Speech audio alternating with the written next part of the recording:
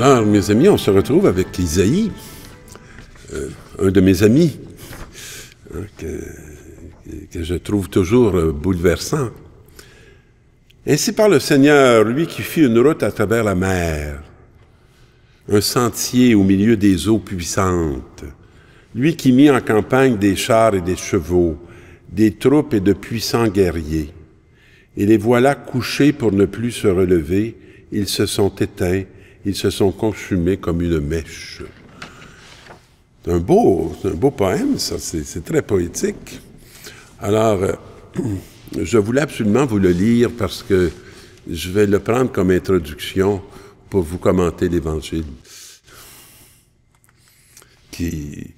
Parce que dans l'Évangile, on voit tout à fait cette annonce, cette prophétie s'accomplir. Puis l'Évangile, vous la connaissez bien. C'est la femme adultère. Puis je vais essayer de vous faire comprendre pourquoi que je vous dis que c'est dedans. Jésus s'était rendu au mont des Oliviers de bon matin. Et il retourna au temple. Alors, dans le fond, Jésus, il sent de plus en plus que la grogne se renforcit par rapport à lui. Et là, il a quitté le lieu où il était pour se rendre au mont des Oliviers. Donc, un lieu un peu plus élevé, un lieu un peu plus à l'écart. Puis, il va passer la nuit à prier Dieu. Et là, il va décider de retourner au temple. Mais, fait que là, il va au cœur de l'action, puis de la présence. Là. Et comme tout le peuple venait à lui, peut-être, je ne sais pas s'il était étonné là, que ce peuple venait à lui. Il ne devait pas être étonné parce qu'il devait commencer à être habitué après ces quelques années de mission. Il s'assit et se mit à enseigner. Ça, je trouve ça admirable parce que il prend le temps. C'est pas un travail. C'est une mission. Une mission. Où il se risque beaucoup. Il faut comprendre que Jésus, pendant 30 ans, sa vie était cachée. Et pendant les 3 ans de mission, sa vie est exposée. Il s'assit. Puis il s'expose davantage. Des fois, la famille ne comprend pas. Les scribes et les pharisiens lui amènent une femme qu'on avait surprise en train de commettre l'adultère. Je comprends bien que tant qu'on lit cette parole-là, facilement, on va se centrer sur l'adultère. Pas sûr que l'objectif profond de cette parole, c'est de nous centrer sur l'adultère. Peut-être de nous faire prendre conscience qu'on est pas mal tous adultères parce qu'on trompe tout Dieu. Et que... Alors, ils la font avancer,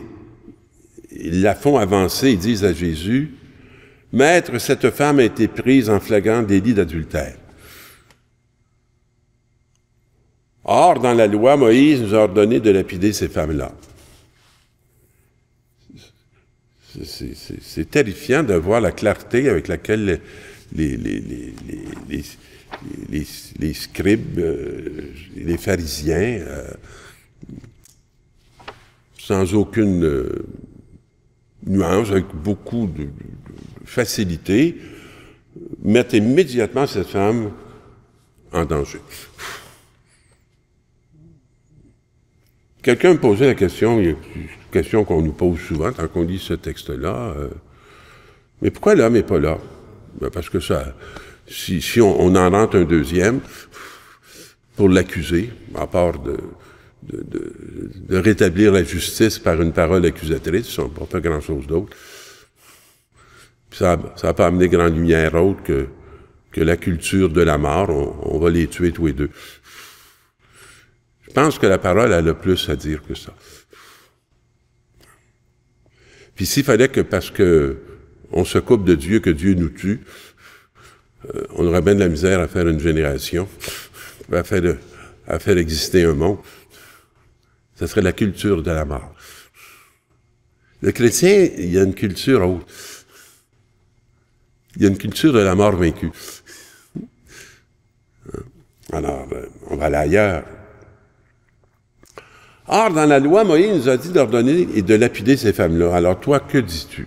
C'est très clair que ce qu'on est en train de faire, c'est d'opposer Jésus à Moïse. Mais il faut faire attention. Moïse, il y a rien que des représentants, il n'est pas là. Alors, c'est pas Moïse. C'est l'utilisation de Moïse. Hein? Et qu'en dis-tu? Alors, on a l'air de vouloir le faire parler, d'avoir son opinion. Mais non, c'est pas... on veut le faire parler, oui, c'est tout à fait ça. On veut le faire parler pour le mettre à l'épreuve, afin de pouvoir l'accuser. Alors donc, on commence à savoir que la femme est sans aucun intérêt, puis que l'adultère, elle est utilisée comme on utilise Moïse, puis qu'on utilise la loi, puis qu'on utilise ci, puis qu'on utilise ça. Je ne sais pas si vous êtes dans un lien conjugal où on s'utilise, ou dans un lien conjugal où on se donne la parole. Où on a la capacité de s'adresser à vous directement, parce que là, ils ne parlent même pas à la femme. Ils l'ont traîné là. Ils l'ont mis au sol. Ils l'ont cloué au sol. Puis là, Jésus, ils veulent lui donner la parole, mais il ne parle pas. Mais Jésus s'est abaissé. Et du doigt, il traçait des traits sur le sol. Il n'y a pas un mot qui sort. On n'entend rien. Il y a un doigt. Il y a un doigt qui écrit. C'est quoi ce doigt qui écrit? Il écrit quoi? Le texte ne nous le dit pas. Alors, j'en connais un doigt, moi, qui écrit. Qui n'est pas le doigt des pharisiens, puis qui n'est même pas le doigt de Moïse, qui est le doigt de Dieu, qui a écrit sur la pierre des commandements,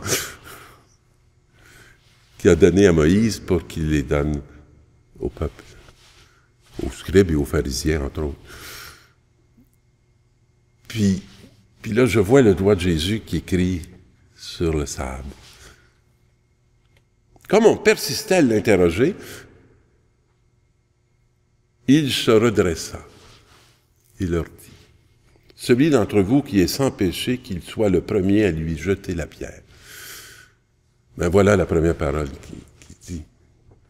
Il nie pas la loi de Moïse. Il n'entre pas en compétition avec Moïse. Il ne se confronte pas à Moïse. Puis il ne fait pas la volonté des scribes et des pharisiens. Et il se rabaisse à nouveau pour tracer des traits sur le sol. Je ne vous dirai pas que ce qui est écrit selon moi. Je vais vous le laisser trouver par vous-même. Quant à eux, sur cette réponse, ils s'en allaient l'un après l'autre, en commençant par les plus âgés. Bon, je pense que le temps est venu que je vous fasse un peu le lien, non? Parce que Jésus resta seul avec la femme, en face de lui. Donc, face à face. Il se redressa et lui demanda. Écoutez, on est à la fin du texte. Lui, là, il parle directement à la femme. Il est un sujet qui considère l'autre dans sa dignité de sujet et lui adresse la parole pour qu'elle puisse donner une parole. Femme, où sont-ils donc, tes accusateurs? Alors, personne ne t'a condamné. Elle répondit, personne, Seigneur. C'est la première fois qu'elle parle. Personne, Seigneur. Mais cette femme, mes amis, il a fait une route à travers la mer parce qu'elle était bien plongée dans le mal qu'elle venait de faire, pour laquelle il l'accusait, et que c'était probablement vrai. Et un sentier au milieu des eaux puissantes, les eaux de tous les accusateurs s'agitaient, et elle était sûre qu'elle y laisserait sa vie. Lui qui se mit en campagne, des chars et des chevaux, des troupes et de puissants guerriers,